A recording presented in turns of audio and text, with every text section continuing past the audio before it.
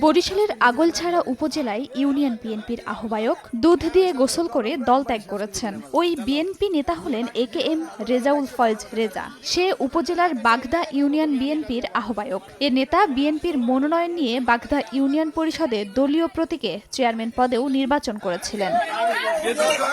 শুক্রবার আগলছাড়া প্রেস ক্লাবে সংবাদ সম্মেলন করে নিজ বাড়িতে গিয়ে দুধ দিয়ে গোসল করে বিএনপি ত্যাগ করেন। দল থেকে পদত্যাগ করলেন কেন? এবং দুধ দিয়ে গোসল করার সময় বিএনপি নেতা ফয়েজ রেজা সাংবাদিকদের বলেন, আমি দীর্ঘ বছর একটি দলের সাথে ছিলাম। এটা একটা ব্যবসায়িক দল, এটা কোনো রাজনৈতিক দল না। যারা বিএনপি করে তারা ব্যবসার জন্য রাজনীতি করে, নিজের জন্য, ব্যক্তির জন্য রাজনীতি করে। তাই অরাজনৈতিক সাংগঠনিক দল থেকে নিজেকে মুক্ত করেছি। পরিপূর্ণ পবিত্রতার জন্য দুধ দিয়ে গোসল করেছি।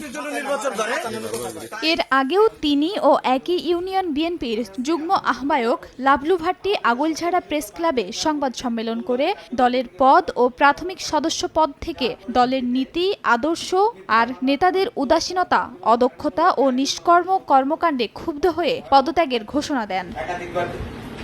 এর আগে 2023 সালের 26 আগস্ট উপজেলার বাগদা ইউনিয়ন বিএনপির KM রেজাউল ফয়েজ রেজাকে আহ্বায়ক ও লাবলু ভাট্টিকে যুগ্ম আহ্বায়ক করে 52 সদস্য বিশিষ্ট আহ্বায়ক কমিটি অনুমোদন করেন উপজেলা বিএনপির আহ্বায়ক কবির হোসেন তালুকদার ও সদস্য সচিব মোল্লা বশির আহমেদ পান্না। সময় সংবাদ, বরিশাল।